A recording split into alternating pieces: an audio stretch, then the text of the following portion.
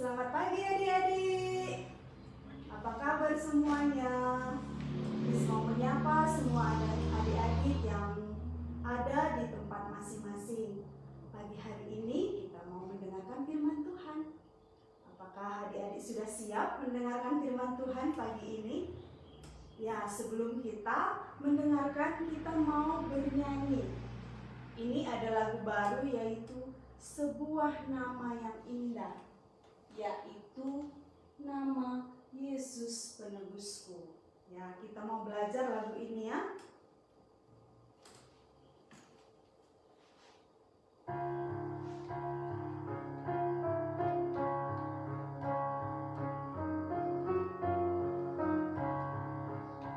Sebuah nama yang indah berulah ku dengar, ku rindu menyanyikannya, membuat bergema.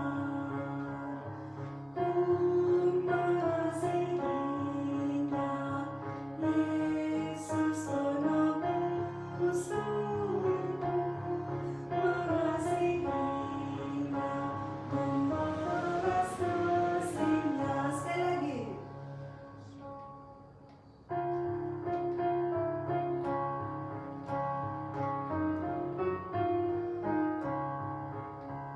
Sebuah nama yang indah berulah ku dengar, ku rindu menyanyikannya, membuat bergema. Ku mengasihinya, Yesus penebusku. Mengasihinya, membalas kasih-Nya.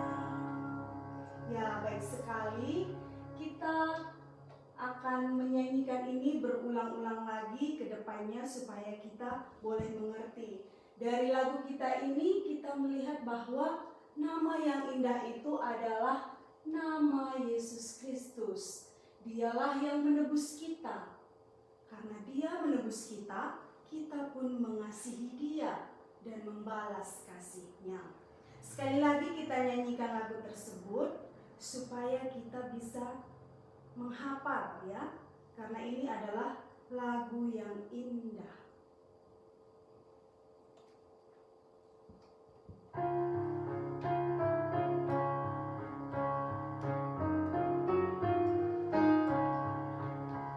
Sebuah nama yang indah berulah ku dengar, ku rindu menyanyikannya, membuat bergema.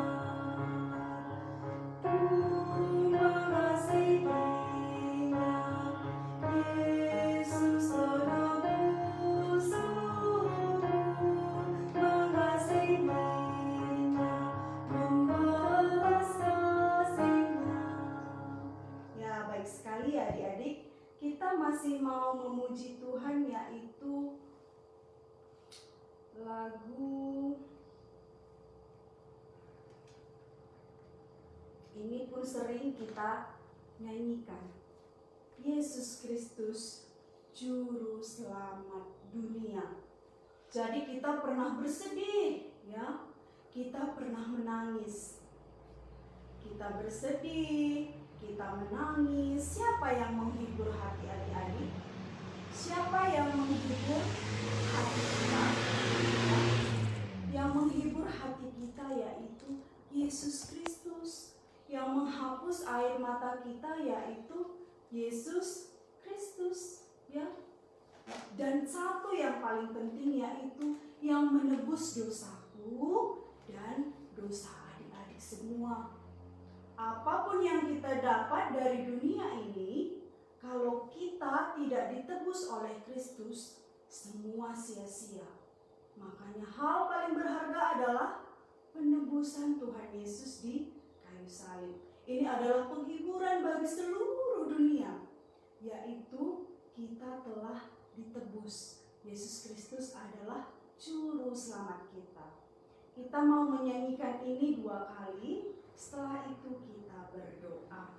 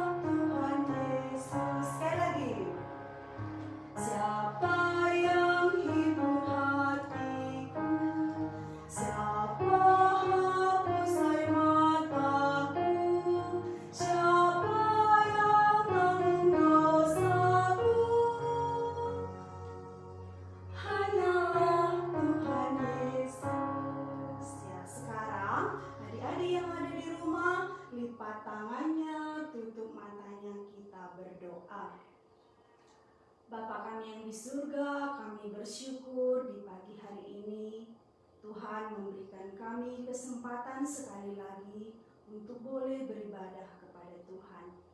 Tuhan Yesus, kami bersyukur Engkau mati menjadi juru selamat kami, menghapus dosa-dosa kami, menggantikan kami di kayu salib. Tuhan Yesus, itu adalah berita yang paling mulia yang bisa kami dengar dan paling berharga.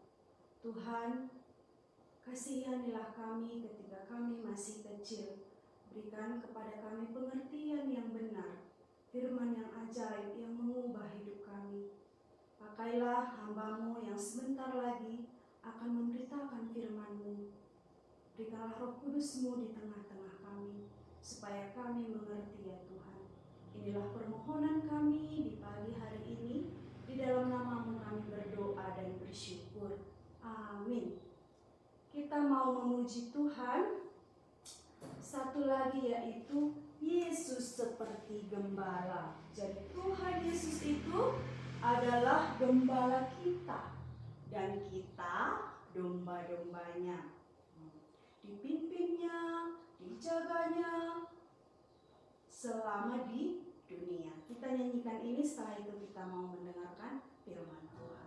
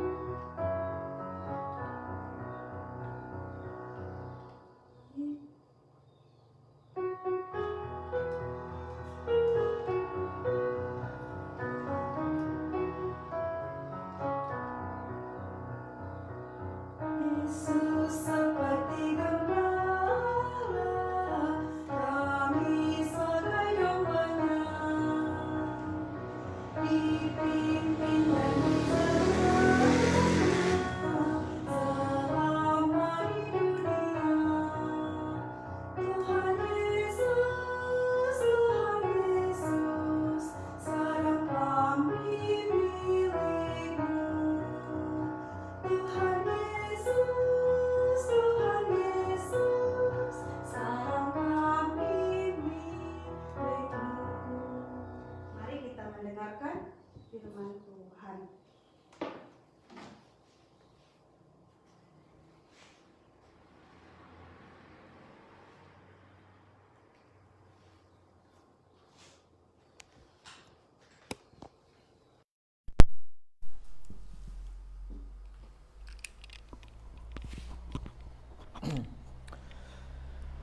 Halo adik-adik semua, selamat pagi. Kita bersyukur pada hari ini kita bisa kembali beribadah di dalam ibadah sekolah minggu. Adik-adik, kita akan melanjutkan cerita Alkitab mengenai Tuhan Yesus yang menyerahkan nyawanya. Adik-adik, judul cerita kita pada pagi hari ini adalah Yesus, Anak Allah, memberikan nyawanya. Yesus, Anak Allah, memberikan nyawanya. Adik-adik, tadi kita sudah bernyanyi lagu Sebuah Nama yang Indah. Adik-adik, Bang Jos ajak semua anak-anak, semua adik-adik untuk selalu bersyukur, berterima kasih atas kematian Tuhan Yesus di kayu salib. Adik-adik, kematian Tuhan Yesus itu membuat kita mendapatkan beroleh hidup yang baru, hidup yang kekal. Adik-adik ingat selalu Tuhan Yesus yang mati di kayu salib membuat kita dapat masuk ke sorganya Tuhan. Kalau tidak ada Tuhan Yesus yang mati di kayu salib, kita semua akan dibuang ke api neraka. Nah adik-adik, ayo kita lihat ceritanya mengenai Yesus anak Allah memberikan nyawanya. Nah adik-adik, sebelum Tuhan Yesus datang dari sorga ke dunia, para nabi, yaitu utusan-utusan Tuhan Allah, sudah berulang kali mengatakan Tuhan Yesus akan datang suatu saat. Ada Nabi Yesaya misalnya yang mengatakan Juru Selamat, Mesias akan menjadi seorang anak. Atau seperti Nabi Mika yang mengatakan, tetapi engkau hai Betlehem Efrata, hai yang terkecil di antara kaum-kaum Yehuda, daripadamu akan bangkit bagiku seorang yang akan memerintah Israel, yang permulaannya sudah sejak purbakala, sejak dahulu kala. Adik-adik, Nabi Mika ini hidup beratus-ratus tahun sebelum Tuhan Yesus datang dari surga. Nah, waktu itu Nabi Mika mengatakan suatu saat Tuhan Yesus akan datang dan tempat ia lahir di Betlehem. Nah, betul kan adik-adik? Kita tahu Tuhan Yesus lahir di Betlehem.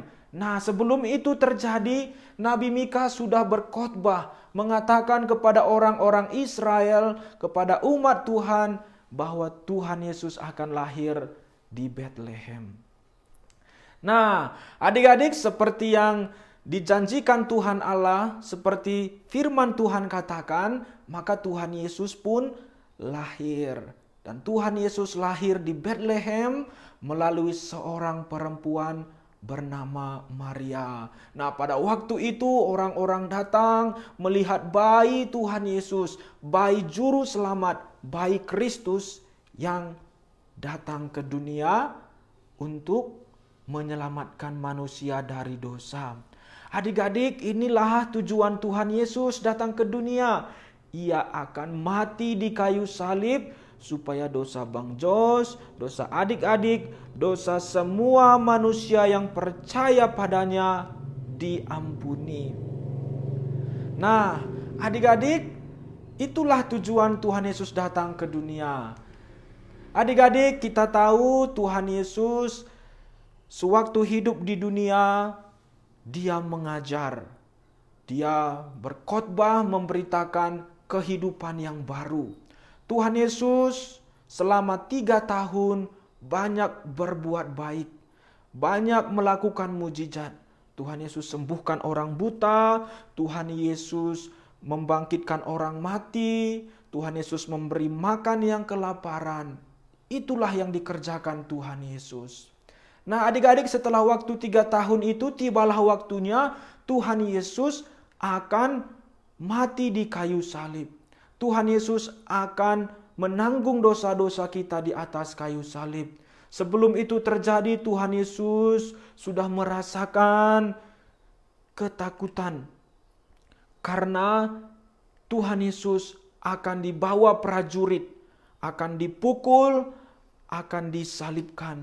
Dan yang paling membuat Tuhan sedih, yang paling membuat Tuhan Yesus takut, ialah waktu disalibkan, waktu Tuhan Yesus menanggung dosa, Tuhan Yesus harus berpisah dengan Bapa di sorga. Adik-adik, ini membuat Tuhan Yesus sedih. Karena selama ini Tuhan Yesus selalu bersatu dengan Bapa. Tetapi ketika Tuhan Yesus menanggung dosa kita di atas kayu salib, Tuhan Yesus dan Bapa harus berpisah. Adik-adik, Tuhan Allah suci, Tuhan Allah sempurna, maka Tuhan Allah tidak bisa dekat dengan dosa. Nah, waktu itu Tuhan Yesus yang menanggung dosa kita, maka Bapa harus pergi. Dan waktu itu Tuhan Yesus menanggung dosa manusia. Nah, adik-adik, ketika hampir tiba waktunya Tuhan Yesus disalibkan, Tuhan Yesus pun berdoa. Dia minta kekuatan kepada Bapa supaya Bapa di sorga memberikan kekuatan kepadanya. Nah, Tuhan Yesus berdoa di Taman Getsemani. Tuhan Yesus berdoa dan waktu itu murid-muridnya datang menemani Tuhan Yesus. Tuhan Yesus mengajak mereka untuk berdoa. Tetapi adik-adik, murid-murid waktu disuruh berdoa, kira-kira ngapain ya? Coba kita lihat. Nah, ini murid-murid ngapain? Mereka tidur adik-adik. Mereka sudah sangat ngantuk. Mereka disuruh untuk berjaga-jaga dan berdoa, tapi mereka sudah tidak tahan. Mereka pun tertidur. Nah, akhirnya setelah tiba waktunya datanglah prajurit-prajurit adik-adik. Prajurit-prajurit membawa pedang, membawa obor bersama imam-imam, bersama guru-guru agama. Mereka datang untuk menangkap Tuhan Yesus. Nah, pada waktu Tuhan Yesus ditangkap, apakah Tuhan Yesus melawan? Tuhan Yesus kan punya kuasa adik-adik. Tuhan Yesus tidak melawan adik-adik. Tuhan Yesus tenang saja dan dia menyerahkan dirinya untuk ditangkap. Adik-adik, kalau Tuhan Yesus mau, Tuhan Yesus bisa panggil 12 pasukan malaikat. Tuhan Yesus bisa panggil malaikat-malaikat yang sangat banyak dan sangat kuat untuk mengalahkan mereka semua ini yang jahat. Tetapi Tuhan Yesus tidak lakukan karena Tuhan Yesus tahu dia harus mati di kayu salib untuk mengasihi kita semua, untuk bisa mengasihi Bapa, untuk taat kepada Bapa. Nah, itulah Tuhan Yesus adik-adik. Dia tidak melawan karena dia mengasihi Tuhan, dia juga mengasihi kita. Ya adik-adik, itulah yang Tuhan Yesus lakukan. Pada waktu itu murid-murid pun pergi berlari. Mereka ketakutan. Petrus, Yohanes, semuanya lari ketakutan. Karena mereka banyak sekali datang, yaitu prajurit-prajurit. Nah adik-adik, setelah mereka menangkap Tuhan Yesus, mereka pun membawa Tuhan Yesus ke pengadilan agama.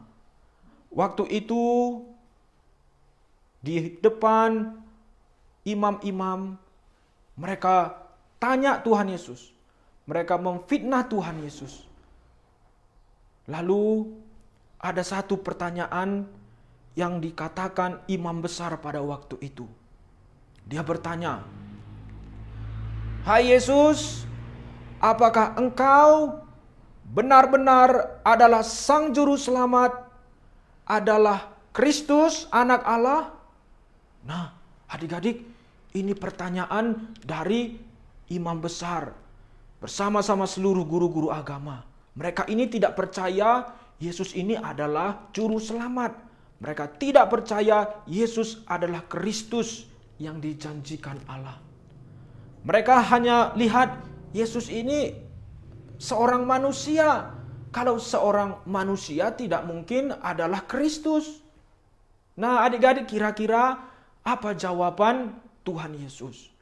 Kalau Tuhan Yesus bilang iya, Tuhan Yesus pasti dihukum mati oleh orang-orang jahat ini. Karena mereka tidak percaya Yesus adalah Kristus, Anak Allah. Tetapi waktu itu Tuhan Yesus katakan dengan sesungguhnya, "Seperti yang engkau katakan, akulah Kristus." Mendengar jawaban Tuhan Yesus itu, imam besar sangat marah. Dia koyakkan jubahnya dan dia berkata, dengan perkataan Yesus ini, dia patut dihukum mati. Dan semua orang yang ada di situ bilang, betul, Yesus harus dihukum mati karena dia menganggap diri anak Allah. Nah, Tuhan Yesus tidak melawan juga adik-adik, karena Tuhan Yesus tahu semua yang diterimanya pada waktu itu adalah untuk mengasihi kita, untuk taat kepada Bapa. Nah, maka setelah orang-orang Yahudi ini bersepakat untuk membunuh Tuhan Yesus, mereka pun membawanya ke hadapan Pilatus. Karena mereka tidak punya izin untuk membunuh Tuhan Yesus, maka mereka pergi ke Pilatus supaya Pilatuslah yang menyalibkan Tuhan Yesus. Nah, ketika mereka orang Yahudi bawa Tuhan Yesus ke hadapan Pilatus, Pilatus ini berkata, "Hai orang Israel, aku tidak mendapatkan salah Tuhan Yesus. Maka tidak patut Tuhan Yesus ini dihukum mati." Tetapi orang yang di bawah ini semua berteriak, "Salibkan Yesus, salibkan Yesus. Dia merasa diri anak Allah," kata orang-orang Yahudi. Nah, pada waktu itu adik-adik, tepat hari Paskah. Biasanya hari Paskah, Pilatus sebagai pemimpin di tempat itu memberikan satu hadiah kepada orang Israel. Apa itu hadiahnya? Yaitu membebaskan seorang tahanan, seorang yang dipenjarakan. Nah, waktu itu Pilatus ingin menawarkan supaya Tuhan Yesus ini dibebaskan. Tetapi orang banyak bilang, "Jangan bebaskan Yesus, tapi bebaskanlah Barabas." Barabas adik-adik, Barabas itu siapa? Barabas itu adalah penjahat, perampok, pembunuh. Dan mereka bilang, itu lebih baik dilepaskan daripada Yesus ini. Nah, Pilatus pun jadi bingung. Ini bagaimana ya? Yang bersalah Barabas, yang tidak bersalah Yesus. Tapi mereka minta yang dibebaskan Barabas. Mereka minta Yesus ini harus disalibkan. Maka Pilatus merasa sangat susah adik-adik. Dia tidak tahu harus berbuat apa. Dia takut kalau dia bebaskan Yesus, orang Israel bisa marah semua. Tapi kalau Yesus dihukum, nanti saya menghukum orang yang tidak bersalah. Maka karena orang Israel terus mendesak untuk salibkan Yesus, maka Pilatus pun mengambil tangannya, lalu berkata, "Hai orang Israel, ini tanganku, aku mencuci tangan. Aku tidak bersalah atas nyawa orang ini," yaitu Yesus. "Aku menyerahkannya kepada kalian. Kalian salibkan, ya terserah kalian. Pokoknya aku tidak bersalah, aku cuci tangannya," kata Pilatus. Nah, oleh karena desakan orang Israel, Tuhan Yesus pun harus mati di kayu salib. Mereka membawa Tuhan Yesus ke atas bukit Golgota. Nah, waktu ke bukit Golgota adik-adik, Tuhan Yesus disuruh sendiri membawa kayu salibnya. Kayu tempat Tuhan Yesus akan disalibkan. Nah adik-adik, Tuhan Yesus disuruh bawa kayu salib yang berat. Tuhan Yesus sangat kecapean. Dan Tuhan Yesus merasakan sakit yang sangat mendalam. Kenapa adik-adik?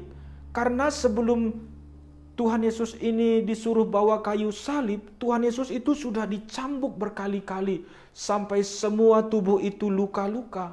Makanya waktu Tuhan Yesus angkat kayu salib, Tuhan Yesus sering jatuh, Tuhan Yesus sering terjatuh. Dan pada akhirnya Tuhan Yesus tidak sanggup lagi untuk bawa kayu salib, maka datanglah seorang Simon dari Kirene untuk bawa salib Tuhan Yesus sampai di bukit Golgota. Nah, seperti itulah perjalanan ke bukit Golgota. Dan akhirnya sampailah mereka di bukit Golgota dan Tuhan Yesus disalibkan. Disalibkan berarti kedua tangan dipaku, kedua kaki dipaku dan digantung di atas kayu salib. Di kepala Tuhan Yesus tadi sudah ditaruh mahkota duri adik-adik. Sudah dipukul, buat menjadi sangat kesakitan. Tapi di semua ini adik-adik Tuhan Yesus rela menerimanya. Karena Dia sangat mengasihi kita orang berdosa. Dan Tuhan Yesus mau mentaati segala yang diperintahkan Bapa di sorga. Makanya Tuhan Yesus mau sampai di kayu salib. Adik-adik, di atas kayu salib orang-orang Yahudi datang lagi. Mereka ini orang-orang yang sangat jahat adik-adik. Mereka ini berkata kepada Tuhan Yesus, "Hai Yesus, kalau engkau mengaku diri anak Allah, coba turun dari salib. Katanya engkau berkuasa, katanya engkau hebat." Kata orang-orang Yahudi adik-adik. Tapi apa jawab Tuhan Yesus adik-adik? Apakah Tuhan Yesus marah karena engkau ejek aku? Padahal aku memang bisa mendatangkan malaikat ribuan? Tidak adik-adik. Tuhan Yesus berkata kepada Bapa, Bapa yang melihat semua ini, semua dosa-dosa orang ini, kiranya Bapa mengampuni mereka. Tuhan Yesus tidak marah adik-adik. Tuhan Yesus sangat mengasihi manusia. Sampai-sampai waktu manusia yang berdosa ini menghina Tuhan Yesus, tapi Tuhan Yesus bilang, ampunilah mereka, sebab mereka tidak tahu apa yang mereka perbuat. Adik-adik, itulah doa Tuhan Yesus kepada kita juga. Tuhan Yesus minta kepada Bapa supaya Bang Jos dan kita semua diampuni oleh Bapa. Adik-adik, inilah cinta kasih Tuhan Yesus kepada kita.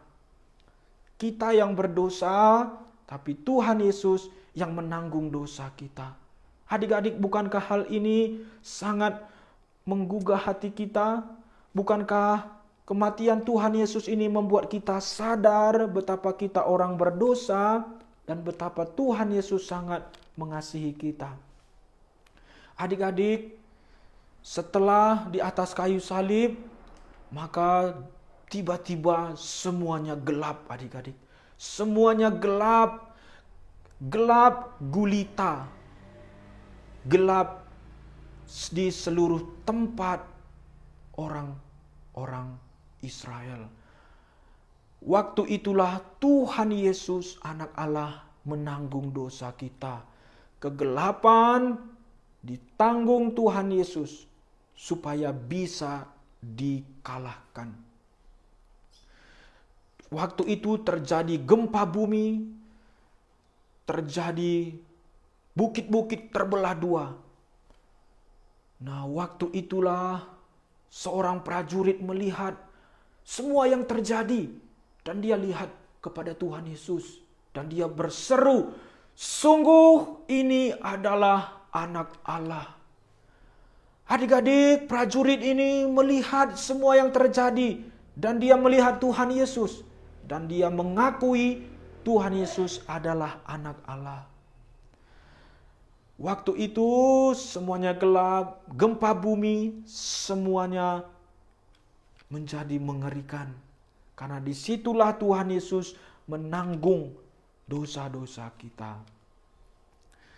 Nah, adik-adik, setelah Tuhan Yesus mati, maka Tuhan Yesus dibawa ke kuburan. Tapi tidak berhenti di kuburan adik-adik. Pada hari ketiga Tuhan Yesus bangkit. Ya, Tuhan Yesus menang. Adik-adik, Tuhan Yesus memang sudah mati di kayu salib.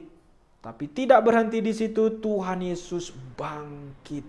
Artinya Tuhan Yesus menang. Menang mengalahkan kematian, mengalahkan neraka. Menang mengalahkan dosa. Menang mengalahkan musuh-musuh, yaitu setan iblis. Nah, sehingga adik-adik, kita yang percaya pada Tuhan Yesus akan mendapatkan keselamatan pengampunan dosa. Seperti yang difirmankan Tuhan. Coba kita baca adik-adik dari Yohanes 3 ayat 16. Karena begitu besar kasih Allah akan dunia ini, sehingga Ia telah mengaruniakan anaknya yang tunggal, supaya setiap orang yang percaya kepadanya tidak binasa, melainkan beroleh hidup yang kekal. Adik-adik, firman Tuhan katakan, Tuhan Allah sangat mengasihi manusia. Dan buktinya Tuhan Allah mengasihi manusia Tuhan Allah kirim Tuhan Yesus datang ke dunia. Sampai mati di kayu salib supaya kita mendapatkan hidup yang kekal. Adik-adik, apakah adik-adik mau mendapatkan hidup yang kekal? Adik-adik, kita orang-orang berdosa. Seharusnya kita dihukum di dunia maupun di api neraka. Tetapi Tuhan Yesus mengasihi adik-adik, mengasihi Bang Jos. Maka Tuhan Yesus mati di kayu salib. Nah, sekarang bagaimana respons kita adik-adik? Kalau kita sudah mendengar cerita Tuhan Yesus disalibkan untuk mati, menanggung dosa kita, apa yang kita rasakan? Apakah kita mau sungguh-sungguh percaya Tuhan Yesus, menerima Tuhan Yesus dalam hidup kita dan mau hidup bagi Tuhan Yesus? Kalau adik-adik mau percaya dan terima Tuhan Yesus, maka kita akan menjadi orang yang dibenarkan. Nah, adik-adik, ini ada satu pertanyaan. Bagaimanakah Allah dapat membenarkan dirimu? Nah, bagaimanakah Allah dapat membenarkan dirimu? Kita semua ini orang bersalah adik-adik, kita ini orang berdosa. Tetapi bagaimana caranya Allah membenarkan kita yang bersalah ini? Kita lihat jawabannya, yaitu dengan mengampuni segenap dosaku dan menyatakan bahwa aku benar melalui Kristus. Nah, adik-adik ingat ini ya, kita ini orang berdosa. Tapi Tuhan Yesus tidak berdosa.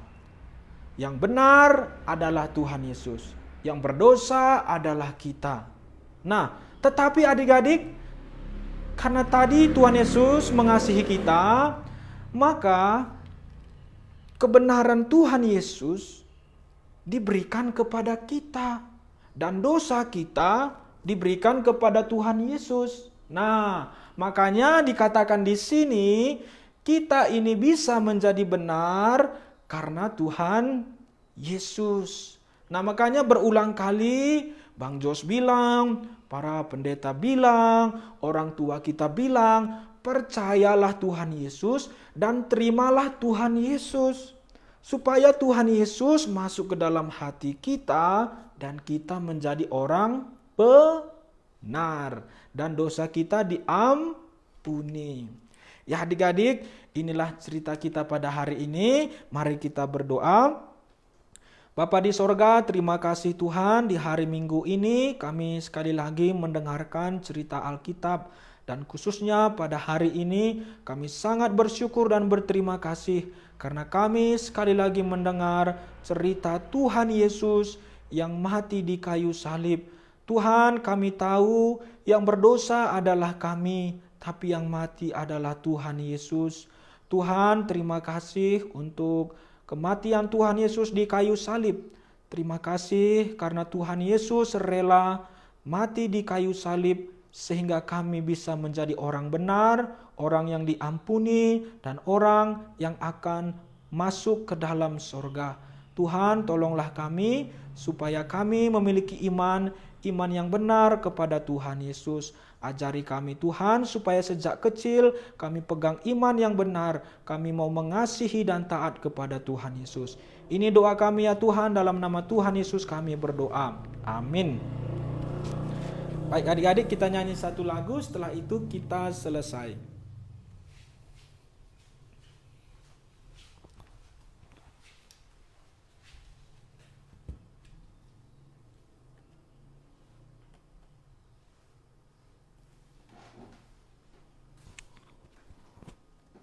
Ya, kita telah mendengarkan firman Tuhan pagi hari ini bahwa Tuhan Yesus telah menggantikan kita yang berdosa, Tuhan Yesus yang disalib. Ini adalah berita sukacita. Nah, adik-adik, 2000 tahun yang lalu Tuhan Yesus telah menyerahkan nyawanya. Sekarang tergantung kita, adik-adik apakah mau menerima Tuhan Yesus sebagai Tuhan dan Juru Selamat adik-adik. Bagi yang belum pernah menerima Tuhan Yesus bisa berdoa kepada Tuhan memohon ampunan dosa, dan menerima Tuhan Yesus sebagai Tuhan dan Juru Selamat adik-adik. Tadi kita sudah belajar lagu Yesus seperti gembala. Jadi Tuhan Yesus adalah gembala kita adalah domba-dombanya, Dia mengasihi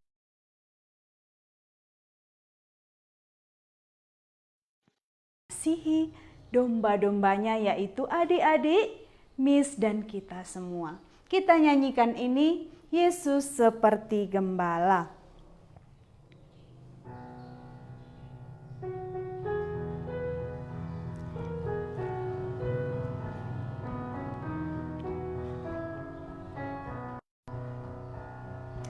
Yesus seperti gembala, kami sebagai dombanya, dipimpin dan dijaganya selama di dunia. Tuhan Yesus, sekarang kami milik-Mu. Tuhan Yesus, sekarang kami Sekali lagi. Yesus seperti gembala, kami sebagai dombanya, dipimpin dan dijaganya selama di dunia. Tuhan Yesus, sekarang kami milik-Mu. Tuhan Yesus, sekarang kami milik-Mu. Ya, terima kasih buat adik-adik yang sudah hadir di pagi hari ini untuk bisa beribadah bersama-sama. Kita akan bertemu di minggu depan. Bye, happy Sunday.